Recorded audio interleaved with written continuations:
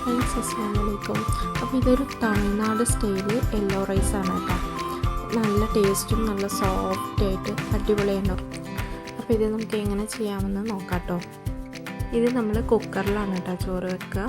ആദ്യം ഒരു കുക്കറിലോട്ട് കുറച്ച് എണ്ണയും ഓയിലും ഒരു ടീസ്പൂൺ നെയ്യും കൂടെ ആഡ് ചെയ്യുക.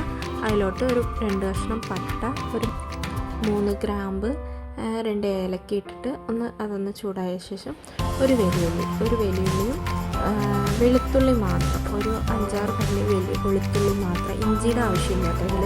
പിന്നെ അതിലോട്ട് ഒരു പച്ചമുളകും കറിവേപ്പിലയും പുതിനയും, മല്ലിയില ഇടേണ്ട ആവശ്യമില്ല. ഇതൊരു പ്രത്യേക ഒരു ഫ്ലേവറായിരിക്കും, നല്ല ടേസ്റ്റ്, നല്ല സോഫ്റ്റായിട്ട് നന്നായിട്ടുണ്ടാകും.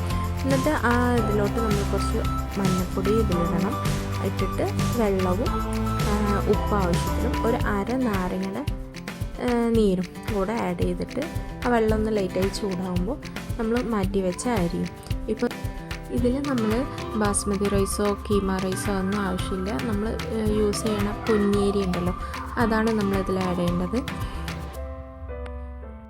അങ്ങനെ റൈസും ആഡ് ചെയ്ത ശേഷം ഇത് നമ്മൾ അടച്ച് വെച്ച് ഒരു 4 വിസിൽ, 2 വിസിൽ വന്ന് ഹൈ ഫ്ലെയിമിലും 2 വിസിൽ ലോ ഫ്ലെയിമിലും കൂടെ കുക്ക് ചെയ്തെടുത്താൽ നല്ല അടിപൊളി സോഫ്റ്റായിട്ടുള്ള ഈ റൈസ് റെഡിയാണ് കേട്ടോ.